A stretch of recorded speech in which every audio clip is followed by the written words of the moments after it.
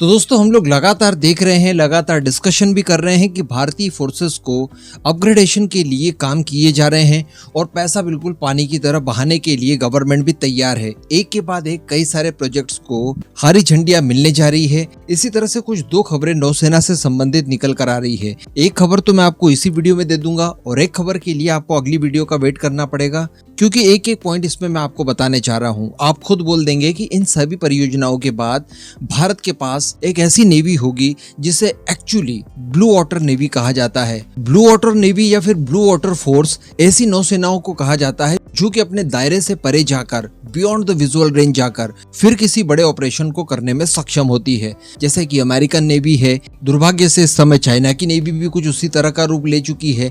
तो एग्जैक्टली भारतीय नौसेना भी कुछ इसी प्रारूप में ढलने जा रही है। इसी सीरीज में दोस्तों पहली खबर निकल कर ये आ रही है कि भारतीय नौसेना की रिक्वायरमेंट के आधार पर आने वाले कुछ समय में कुल 24 की संख्या में नई सबमरीन्स को एक्वायर किया जाएगा और इसमें लगभग सभी तरह की सबमरीन्स शामिल होगी।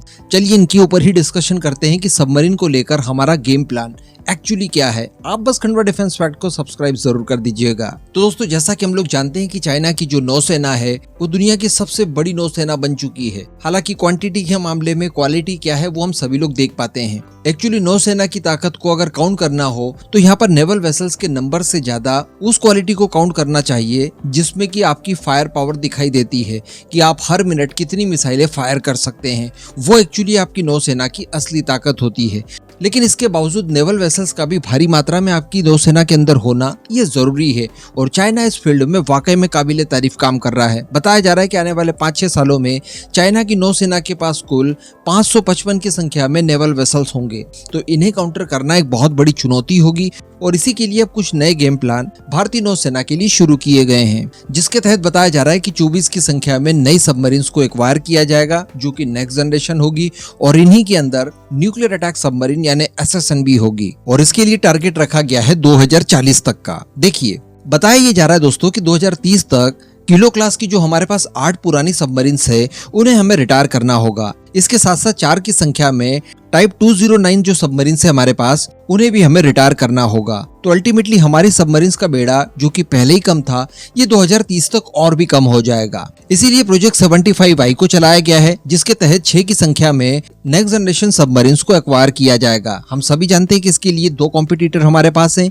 एक तो है जर्मनी और दूसरा है स्पेन। स्पेन की बात की जाए तो S80 क्लास की जो सबमरीन्स है वो उन्होंने विकल्प के तौर पर सामने ही रखी है।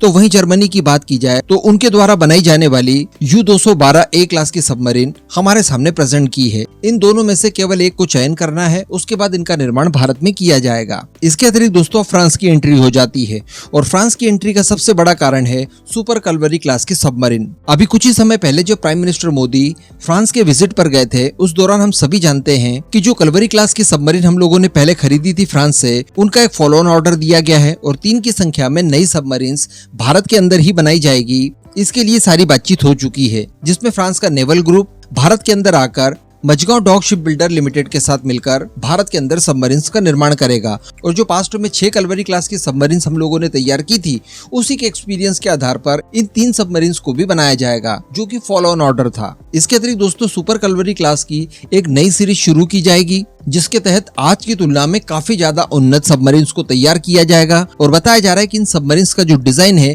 वो वर्ष 2025-26 में पूरा कर लिया जाएगा, उन्हें अंतिम रूप दे दिया जाएगा, जिसके बाद इनका निर्माण संभवतः 2028 से शुरू किया जाएगा। तो बताया जा रहा है कि पहले बैच में इन सुपर कल्वरी क्लास के सबमरीन्स को भारतीय नौसेना 6 के बैच में लेगी और उसके बाद इन बैच की संख्या बढ़ा दी जाएगी और जो अन्य ऑर्डर किया जाएगा उस बैच में भी 6 की संख्या में ऑर्डर दिया जाएगा। इसके बाद सीधा जंप कर जाएगी भारतीय नौसेना न्यूक्लियर अटैक सबमरीन्स के ऊपर, SSN के ऊपर।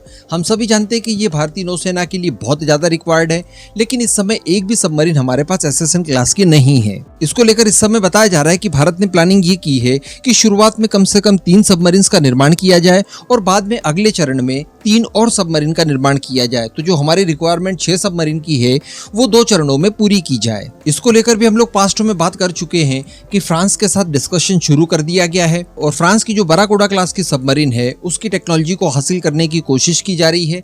इसी के साथ साथ न्यूक्लियर रिएक्टर्स की बात की जाए तो भारत की भी संस्थाएं तैयार करने की कोशिश कर रही है। और इसी के अलावा फ्रांस के साथ भी डिस्कशन चल रहा है। फ्रांस चूंकि नेक्स्ट जनरेशन के मिनिएचर न्यूक्लियर रिएक्टर बनाने के मामले में काफी ज्यादा महारत रखता है, तो अगर वहां से हमें सहयोग मिल जाता है तो ये काम हमारा पहले की तुलना में और जल्दी हो जाएगा।